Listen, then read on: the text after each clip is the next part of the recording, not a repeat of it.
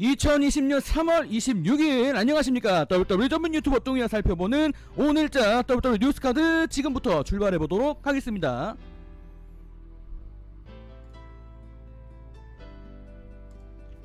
자, 첫번째 소식은 정말 오래간만에 모셔봅니다. 웨이드 베럿.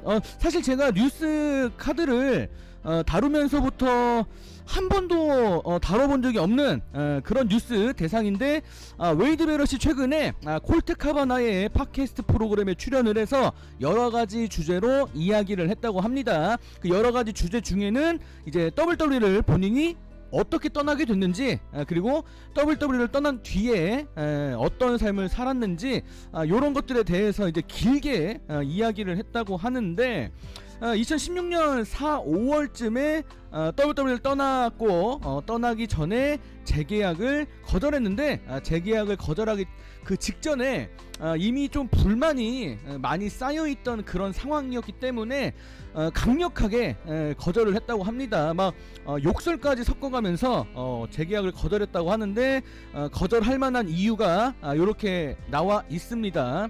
사실 좋지 않은 시간이 있으니까 재계약을 거절했을 테고, 보셨던 분들은 다 아시겠지만, 이제 킹 베럿, 그 다음에 이제 리그 오브 네이션스 이렇게 활동을 하면서 좀 많이 패배하는 역할만 주로 이제 받으면서 이제 자보 활동을 했기 때문에 사실 WWE 안에서 남아있을 이유가 크게 없었던 것으로 이제 드러난 것이죠.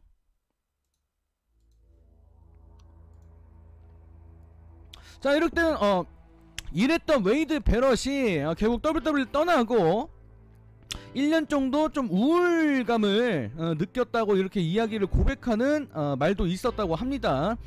WWE 슈퍼스타로서 정말 바쁘게 살아오다가 그런 일정이 한순간에 갑자기 사라집니다. 그런 경험을 해보신 분들만 아시겠지만, 갑자기 내 인생의 주가 됐던 어떤 삶이 갑자기 사라지면은 이게 한동안 좀 힘든 일이 좀 있다고 하는데, 그게 웨이드 베럿에게는 조금 더 크게 다가왔던 것 같습니다. 도대체 뭘 어떻게 해야 될지를 몰라가지고 좀 이렇게 TV를 볼 때, 특히 TV를 볼 때, 그리고 어디 뭐 상점이나 요런 데 나갔을 때 막 사람들이 본인을 알아보는데, 요즘 TV에 안 나오다 보니까 그런 거에 대해서 좀 질문을 받고 얘기하는 과정에서 또 본인이 조금 초라하다, 약간 이런 느낌까지 받았다, 요런 얘기를 또 덧붙이기도 했습니다. 어떨 때는 본인이 이미 회사를 그만둬놓고도 WWE 아직 계약한 사람처럼 막 벌떡 일어나가지고 막 출근해야 되는 것처럼 막 바쁘게 움직였던 적도 있다고 하는데, 워낙 WWE에서 이제 오래 있으면서 그쪽 일에 좀 많이 치중을 했다 보니까 좀 보통 생활로 돌아오는 그 과정이 좀 많이 힘들었던 그런 일이 있었다고 합니다. 어쨌거나 웨이드 베럿은 지금 뭐 해설위원, 지금 프로레슬링 해설위원 일도 하고, 방송 요렇게 하면서 진행자 역할도 하고 있고, 연기 요렇게 하면서 본인의 삶을 다시 되찾았다, 요렇게 이야기를 했다고 합니다.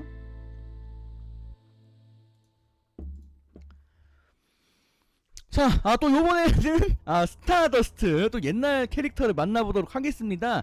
이번엔 스타더스트인데, 토크스포츠의 기자인 알렉스 메카시가 갑자기 트위터에 이전에 WWE가 너무 스타더스트를 좀 엉망으로 사용하지 않았느냐, 그 당시 코디 로즈가 이제 시간을 좀 낭비하는 그런 시간이 있었는데, WWE가 그때 그 자기들의 선택, 이제 코디 로즈를 스타더스트로 돌렸던 그 판단을 WWE가 막 정당화하면서 막 자기들이 막 잘한 것처럼 막 이렇게 얘기하고 있는 그런 것들을 보면서 좀 화가 났나 봅니다. 그래서 그런 것들에 대해서 문제가 있다, 이거를 우리가 다시 한번 생각해볼 필요가 있다, 이런 식으로 이제 이야기를 하는 그런 트윗을 올렸는데, 여기에 대해서 이제 코디 로즈가 반응을 했다고 합니다. 반응은 요렇게 했다고 하는데, 참 사람이 왜 말을 되게 멋있게 하는 것 같은데, 물론 뭐 글자로 쓴 거지만 되게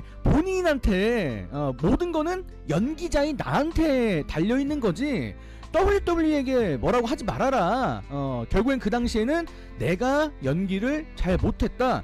본인이 라이브 이벤트에서는 일을 잘했는데 이거를 이제 TV쇼로 평상시에 잘 끌어올리지 못하면서 결국에는 본인이 잘못했으니까 만약에 뭐라고 하고 싶으면은 나한테 뭐라고 해라 라고 이렇게 대답을 했는데, 사실 WWE를 나간 사람들은 보통 WWE를 막 공격하고 막 비난하느라 좀 바쁜 그런 경향들이 있는데, 그런 것들에 비해서는 참 코디 로즈라는 사람은 좀 아버지 영향도 있어서 그런가 좀 상당히 신사적이고 그런 멋있는 이런 모습이 분명히 있는 것 같습니다.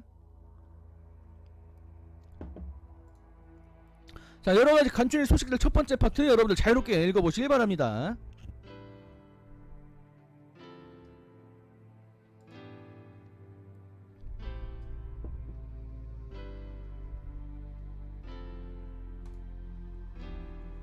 자, 사모아조에 대한 간단한 소식인데 지금 여러가지 언론에서 지금 동시다발적으로 보도를 하고 있습니다. 사모아조가 요번 3월 24일 날짜로 이제 이틀 전인데 징계가 해제가 됐습니다. 지난달에 이제 웰리스 정책 이제 좀 금지 약물 복용을 통해서 좀 회사 징계를 받아서 30일 동안 일을 할 수 없는 징계를 받았었는데 이제 풀렸습니다. 마침 공교롭게도 지금 레슬매니아 지금 사전 녹화가 끝나기 전에 징계가 풀려가지고 지금 이게 어떻게 보면은 별일이 아닐 수도 있겠는데, 마침 시기가 정말 레슬매니아 종료되기 직전에 마침 돌아왔기 때문에 지금 사모아조의 이 징계 해제 요런 것들이 조금 계획된 것이 아니냐. 그렇다면은 사모아조가 어떤 역할이 됐든 간에 꼭 경기를 치르고 말고 그 문제를 얘기하는 게 아니라 어떤 방식으로든 다른 경기에 뭐 난입을 한다거나 뭐 요런 가능성을 지금 언론들에서 주목을 하고 있는데, 어쨌거나 정해진 건 없습니다. 지금 징계가 해제됐다는 것만 확실한 것일 뿐, 사모아조가 레슬매니아 일부가 될지 안 될지는 좀 더 지켜봐야 된다라는 요런 소식입니다.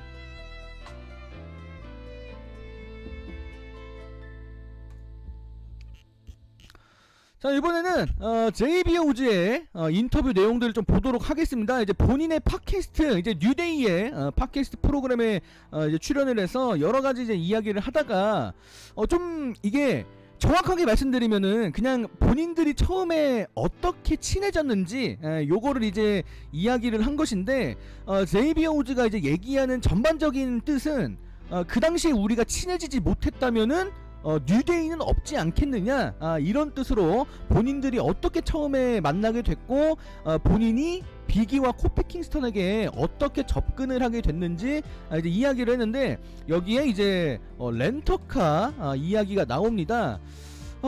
렌터카가 이제 JB 오즈한테 있었다고 하는데 이게 NXT 계약이랑 뭔가 연관이 있었던 것 같습니다. 어쨌거나 그 렌터카가 이제 만료되기 전에 이거를 빨리 뭔가 써먹어야 되는데 이거를 어떻게 써먹을까 고민하다가 이제 WWE 슈퍼스타들 중에 지금 메인 로스터 활동하는 슈퍼스타들과 좀 친해지고자 이렇게 사람들을 찾다가 비기와 코피 킹스턴을 찾게 됐고, 두 사람을 태우고 이렇게 왔다갔다 좀 운전사 노릇을 한 모양입니다. 그렇게 해서 서로 친해지고 가까워지고 이렇게 해서 JB 오즈가 나중에도 내가 지금 2차 말고 2차 렌터카 끝나고 다음에 새 차 마련하면은 내가 그때도 너희들 태우고 다닐 테니까 나랑 같이 다닐래? 이렇게 물어봤다고 하는데, 어쨌거나 그 당시 좋은 인연이 돼서 이제 3명의 사람이 같이 함께 하게 됐고, 이제 지금 같은 뉴데이라는 팀이 결국 완성될 수 있지 않겠느냐, 이렇게 JB 오즈가 이야기하면서 전체적인 그런 과정들이 영광이었다, 되게 행운이었다, 이런 이야기를 했다고 합니다. 근데 마지막에 비기와 코피 킹스턴이 이제 좀 이게 실제로 뭐 그랬든 이게 뭐 장난이든, 물론 이제 세 사람이 워낙 친하다 보니까 친한 사람끼리는 이렇게 좀 팩트 폭력으로 서로 장난도 치기도 하는데, 운전기사로 너를 이용했었다, 요런 얘기를 또 했다고 하는데, 역으로 제이비 오즈는 나는 회사에서 잘리기 싫어서 너희들하고 친해진 거다, 이렇게 얘기하면서 서로 이제 킥킥거리는 그런 상황이 있었는데, 뭐 목적이 어땠든 간에 어쨌거나 우리 사회 살아가는 거는 나 혼자 살아가는 거 아니니까 이렇게 서로 뭔가를 주고받고 가까워지고, 뭐 처음에는 이용하려고 만났던 간에 어쨌거나 결과는 대성공이었습니다. 그래서 뉴데이가 요런 과정도 있었다, 이렇게 소개를 해드립니다.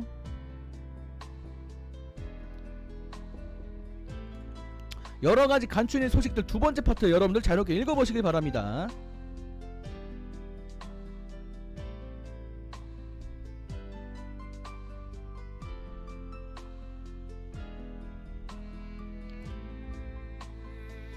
자, 이번에는 세스 롤린스의 인터뷰 내용입니다. 바로 이제 어제 우리 저녁 시간에 있었던 이제 WWE 더 범프 이제 프로그램에 세스 롤린스가 이제 영상 인터뷰로 인터뷰를 이제 하는 시간을 가졌는데, 지금 케빈 오웬스와의 레슬매니아 대결을 좀 홍보하면서 최근에 지금 줄거리가 팬들한테 많이 관심도 받고 있고, 세스 롤린스의 그런 프로모들이 지금 팬들한테 지금 대박을 치고 있습니다. 어떤 일들이 있었는지 지금 대립 주제에 대한 이야기를 펼치면서 본인이 느끼고 있는 바를 이렇게 전했는데, 지금 결과적으로 퍼포먼스 센터로 지금 장소가 옮겨졌죠. 지금 원래대로 갔으면은 이제 템파에서 진행을 했을 텐데, 지금은 이제 레슬매니아 뿐만이 아니라 위클리 쇼가 이제 퍼포먼스 센터에서 진행이 되고 있기 때문에 NXT의 그런 예전 일들, 실제로 케빈 오웬스와 세스 롤린스가 이전에 함께 했던 어떤 사건을 이렇게 갖고 와서 이게 NXT라는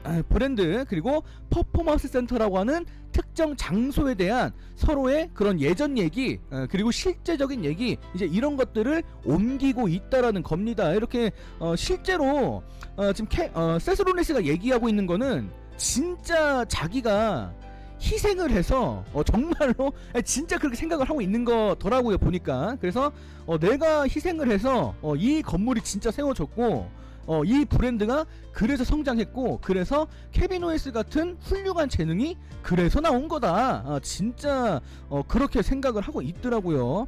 자, 어쨌거나 지금 얘기하고 있는 대립 주제 그리고 프로모 이런 것들은 지금 케빈 오웬스와 세스 롤린스가 좀 이렇게 같이 만들어가고 있는 그런 거라고 합니다. 이번 주에 얘기했던 프로모 내용도 진짜 자기 속마음에 진짜 자기 생각대로 나온 얘기라고 하고, 그래서 지금 많은 팬들이 열광하는 것 같다, 요렇게 이야기를 했습니다.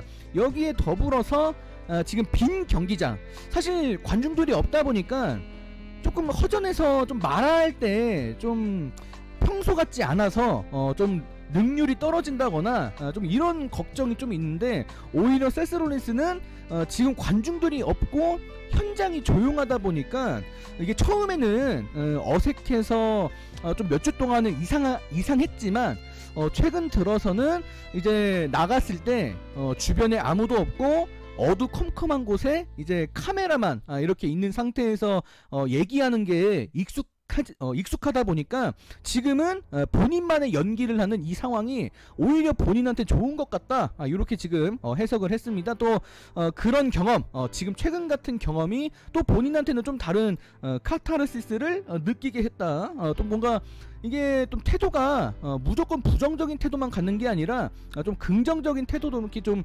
갖고 있다, 좀 이렇게 보이기도 합니다.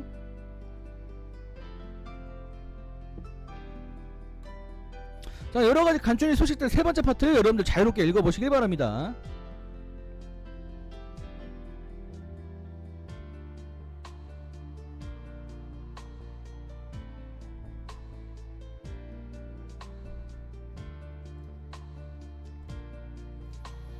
자, 이번에 또 WWE 더 범프, 어제 사실 뭐 여러 출연자들이 나왔는데 이번엔 데니얼 브라이언입니다. 여러가지 주제로 이야기를 했는데, 지금 기사에 나온 거는 브록 레스너와의 2년 전 서바이버 시리즈 매치, 거기에서 어떤 일이 있었고 그 경기에서 패배한 게 데니얼 브라이언은 나는 진 게 아니다, 나는 이 경기에서 내가 졌을지언정 내가 진짜로 졌다고 생각은 안 한다, 이렇게 이야기했다고 하는데, 그 생각을 하는 이유는 본인의 캐릭터와 관련된 그런 각본 과정 때문이라고 합니다. 그 당시 이제 기억하시는 분들은 뭐 다 아시겠지만 데니얼 브라이언이 원래 기존에 예스 무브먼트를 같이 일으켰던 그런 캐릭터에서 갑자기 새로운 뉴 데니얼 브라이언으로 태어나는 그런 과정이었는데, 데니얼 브라이언은 결과적으로 그 당시 좀 캐릭터를 변신을 시키기 위해서 일부러 브록 레스너에게 그런 지능 각본이 본인한테 필요했고, 이전의 캐릭터가 브록 레스너에게 조금 이제 많이 얻어맞는 그런 설정이 필요했었다. 농담으로 자기가 킥아웃을 안 했으니까 졌다라고 했지만, 어쨌거나 진짜 이유는 캐릭터 전환 그런 명분 요거 때문에 진 거니까, 경기에서 져서 내가 초라한 그런 느낌은 아니라 내가 캐릭터를 변화하기 위해서 브록 레스너라는 캐릭터를 빌렸다. 그래서 브록 레스너가 나를 잘 도와줬다. 요렇게 이야기를 했습니다. 진행자인 맷 캠프 그분께서 나중에, 그러니까 지금이죠. 지금 캐릭터로 조만간 브록 레스너를 만날 수 있다면은 그러면 한번 이길 수 있냐, 승산이 있겠느냐, 이렇게 질문을 했는데, 데니얼 브라이언은 지금 본인이 드류 글렉에게 가르침을 받고 있고, 드류 글렉이라고 하는 훌륭한 코치가 본인을 도와주고 있기 때문에 자기는 문제없다. 만약에 지금 현 상태에서 붙으면은 본인이 브록 레스너를 충분히 꺾을 수 있다라고 얘기했는데, 요것도 사실은 영상을 보니까 조금 농담조로 얘기, 그냥 재밌으라고 한 것 같은데, 실제로 뭐 어차피 WWE가 진짜 승부로 하는 것도 아니고 다 각본에 의해서 그런 캐릭터 간의 싸움, 그런 뭐 승패는 어떤 다른 명분에 의해서 만들어지는 거기 때문에, 지금은 데니얼 브라이언이 브록 레스너를 꺾을 수 있는 각본을 가져갈 수도 있겠다라는 좀 생각이 들기도 하네요. 일단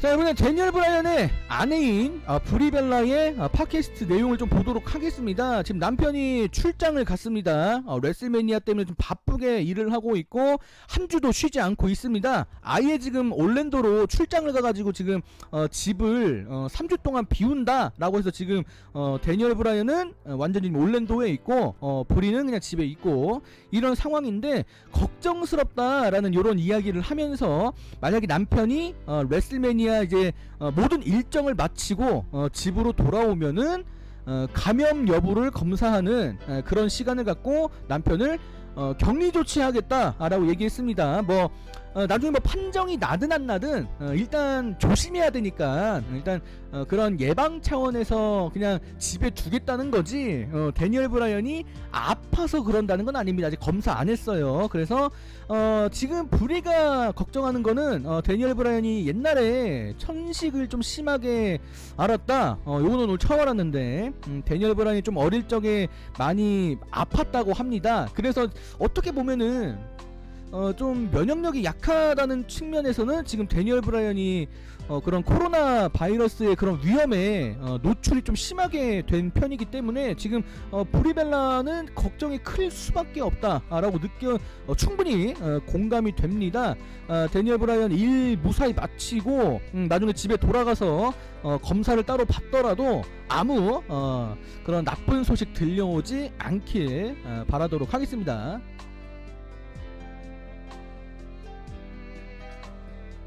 자, 마지막 여러가지 간추린 소식들 네 번째 파트 여러분들 자유롭게 읽어보시길 바랍니다.